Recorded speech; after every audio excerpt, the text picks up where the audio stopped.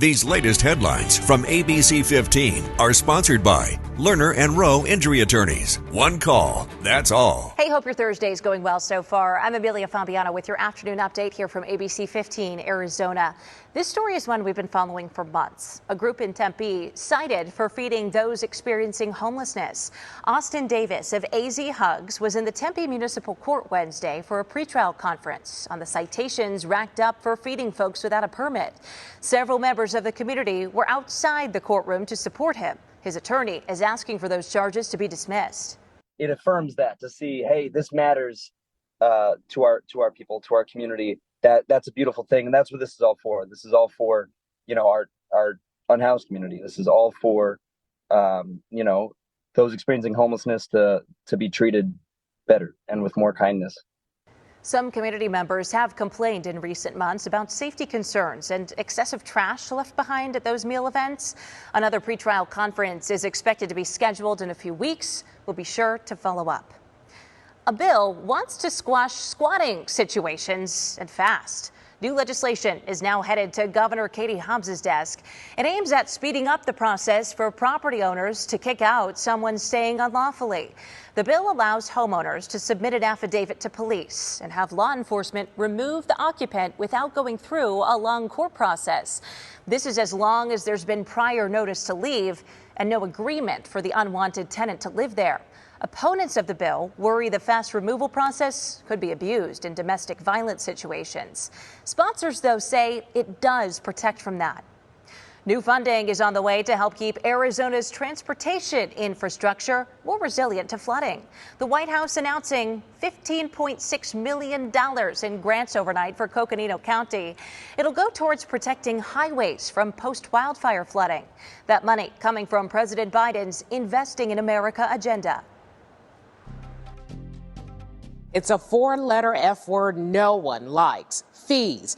But you can't escape them. They get added on to rent, added on when you travel, and added on to event tickets. The frustration has been vocal. In response, the government is cracking down on junk fees. One area where fees may fly under the radar involves cable companies and internet service providers. Looking over your own bill, you may have seen one of these disguised charges: installation fees, customer service fees, administrative fees, regulatory fees, technology service fee. The list is endless, and if those sound vague and a little confusing, it's because they're meant to.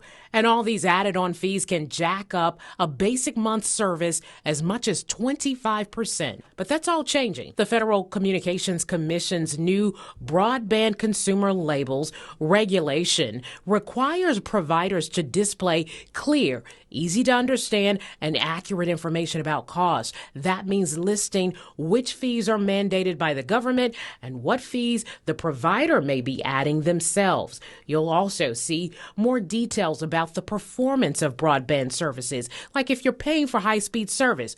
Are you actually receiving it? Major providers must begin billing with the new, more transparent labels by April 10th. Smaller providers have until October. Make sure you check your next bill. And if your provider isn't being transparent about services and fees, the FCC wants to know. We've put steps to file a complaint online at abc15.com/consumer, and you can reach us anytime by emailing consumer@abc15.com. I'm Christelle Bell, and if you have a consumer problem, let ABC15 know.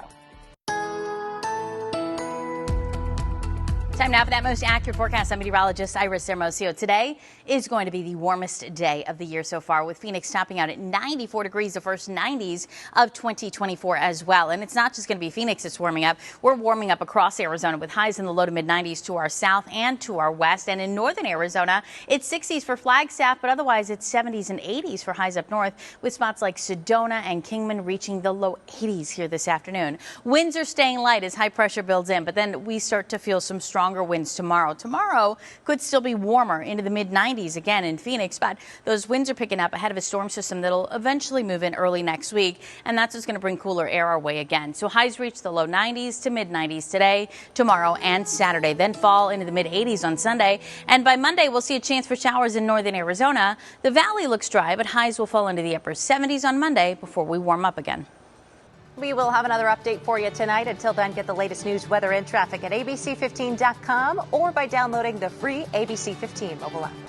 These latest headlines from ABC15 are sponsored by Lerner and Rowe Injury Attorneys. One call, that's all.